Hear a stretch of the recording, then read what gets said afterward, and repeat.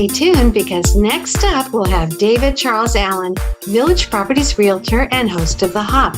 That's Home Ownership Podcast with the latest Santa Barbara real estate news. Hey, David. Welcome to The Hop. This is David Charles Allen, Realtor at Village Properties in Santa Barbara, California, with my great friend and co-host, Patty Teal. I'm doing wonderful today, Patty. How are you doing? I'm doing wonderfully as well, David. Thank you so much for asking. That's good to hear. We'll jump right into how the weather's performing in Santa Barbara. We may get some rain in the next couple of days, just a little bit, and then weather back scattered throughout the 70s and sunny. So it's looking nice.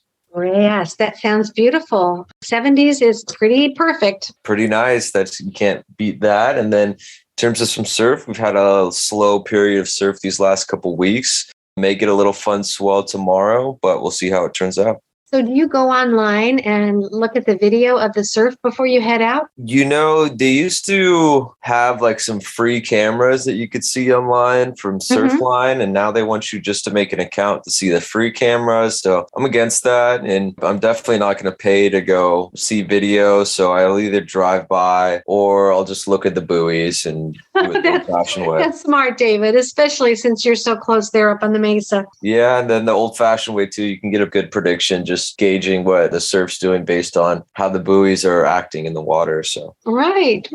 Okay. And then in terms of how interest rates are performing, we're at 4.25 for 30-year jumbo and 5% for 30-year conforming. So again, slightly tick up since last week. We'll see where it leads us. Yeah. I wonder if it's just going to keep gradually going up and up and up. Who knows? It seems that way. And inflation's so high right now. I don't know how they're going to affect interest rates in terms of inflation. Essentially, if with inflation so high, interest rates are lower than inflation. Depending how you look at it, it's almost free money in a sense. But well, I suppose in a sense, if you think of it that way, but you're right. Everything has gone up. I'm really seeing it and feeling it. I was looking to buy some airline tickets actually to come back to Santa Barbara and see my friends. And there was a particular weekend. Some of them are getting together, but my goodness, I am not used to having to pay over $1,000 when it used to be more like $400 or $500. Oh, wow. Yeah, that's really expensive. With everything going on, too, people are going to start trying to travel more with the mask restrictions being gone, too. Oh, that's true, too. Huge uptake as well. Anyway, I'll have to decide whether I can squeak that much out or not. I really want to come, but I will come eventually, but I just don't know if I can come that particular weekend or not. I'm trying to figure it out, but it's just an example of prices going up. Yeah, and then you have to factor in lodging, which has gone crazy in Santa Barbara too. I'd probably stay with a friend, thankfully, but but rental cars too, they are also very high. So it just ends up being a pricey few days. Yeah, especially if it's only just a couple days too. That's a big chunk of money. Right. And then in terms, jumping back into real estate, how the listings have performed, we had 43 new listings. 5 price changes, 23 that closed, 28 that went pending, and 4 that were coming soon. So I think that's the largest gap between new listings and pendings we've had in almost 2 years, it seems like. And it's good to see new listings are back over 40. And I don't see any that closed off market either this week. Wow, that is a big change. You're right, David. Usually the new listings and the pending, they usually kind of cancel each other out. Yeah. So again, what we're seeing with new listings is big price tags, big asking prices. We'll see if those big asking prices kind of level out, so to say, if interest rates are going up, and seeing if people are able to sell with the price they want, essentially. Right. Any questions for the day? Oh, always, David.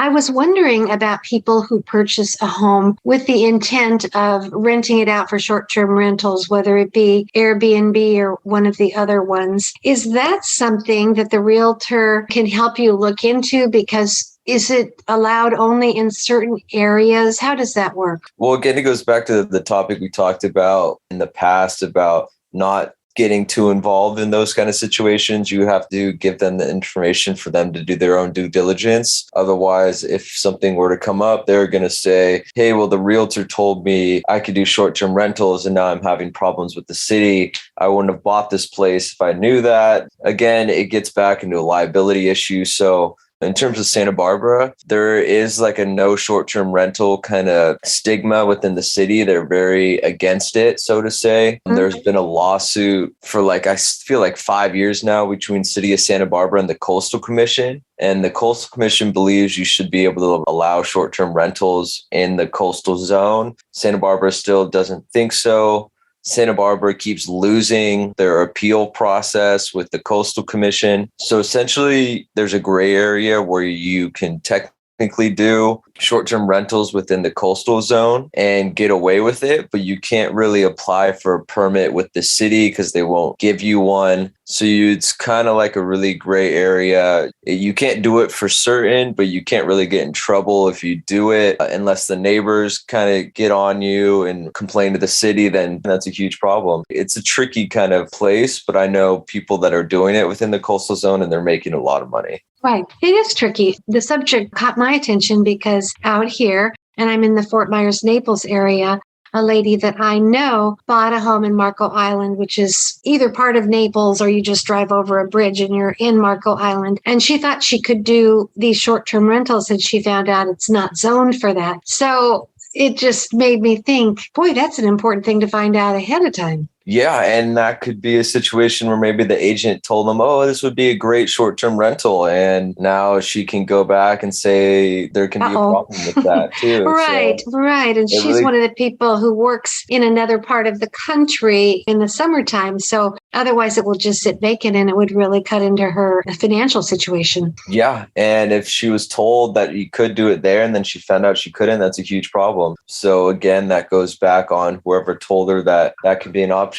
Or maybe she just wasn't doing the full due diligence and she didn't have a realtor that was trustworthy in a sense, that was able to figure out she's going to only live here 3 months a year and the other 9 months she wants to rent it out. So let's find her something that she can rent out. Or instead they just sold them the first house that came on the market and wasn't either aware of that or maybe told her something that wasn't true. So you can get into a lot of trouble that way. And that's just a bad way of doing business, depending on the situation. Right. So as a realtor, David, you would recommend to other realtors that they give the client the information on how they can find out the legalities of it, whether it can be used or not. And you just recommend that they look into it on their own. Is that correct? What I'm understanding? Mm-hmm. Yeah, you guide them to the information they want to know. You can give them a cliff notes of the happenings, but you have to guide them the right way. And you can know all the information, but you have to have a source.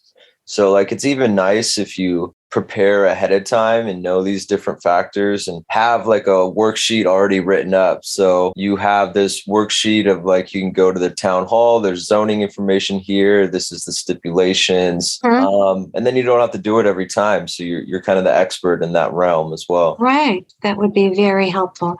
So David, if someone is listening and they wanted to speak to you further, how would they get a hold of you?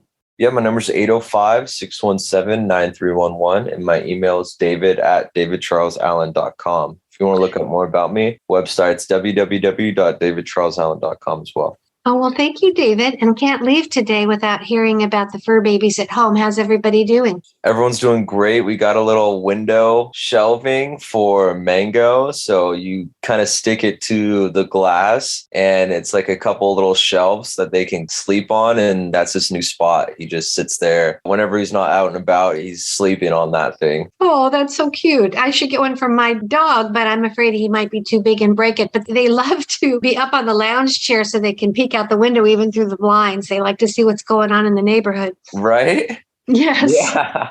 So they are very cool. They like it a lot. Yeah. So it's official. Ollie is now a service dog. I'm so excited about that. I took him out and about with me today when I had to get some new tires on my car. And he was in the store with me. And then we went to a park because they said it was going to take 2 hours to get the tires done. And we saw our first alligator from a distance, though, David, because I'm a little paranoid that they would go after a fairly small dog. Really?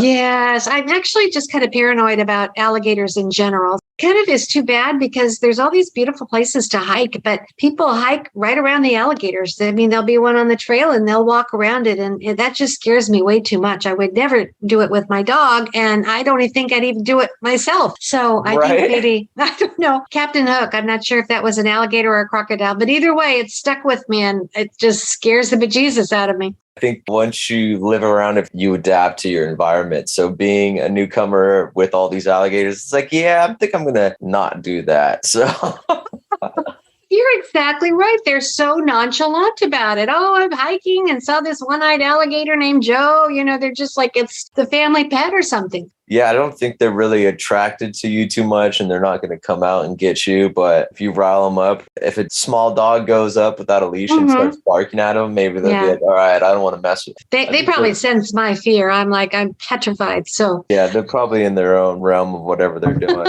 Yeah.